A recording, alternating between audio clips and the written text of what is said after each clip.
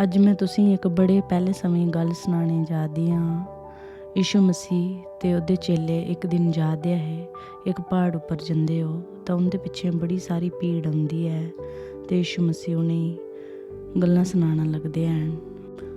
ते पूरा दिन होई जंदा, संझ होई जंदी तां यीशु मसीह दे चेले औंदे, आखदे यीशु मसीह इ'नें लोकें गी बापस करी ओड़, इत्थें कोई घर निं ऐ, कुछ बी निं ऐ, इ'नें सोना कुत्थें ते इ'नें केह् खाना इन्ने सारे लोकें।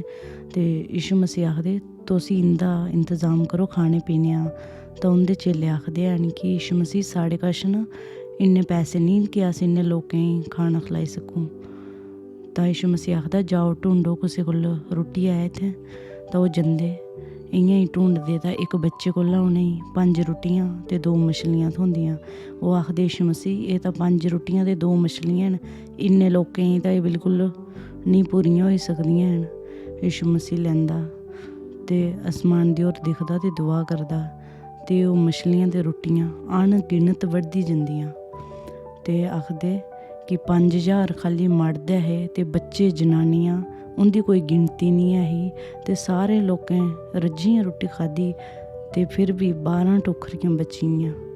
ते मैं तुसेंगी इ'यै आखना चांह्दी आं कि जियां यीशु मसीह उत्थें चमत्कार कीता, साढ़ी जिंदगी दे बिच्च बी कोई इ'यां ही परेशानी ऐ जेह्की साढ़े कश बड़ी घट्ट चीज़ ऐ ते यीशु मसीह उसी बी 4 गुना बधाई सकदा ऐ। तुस बी विश्वास करियै दिक्खो।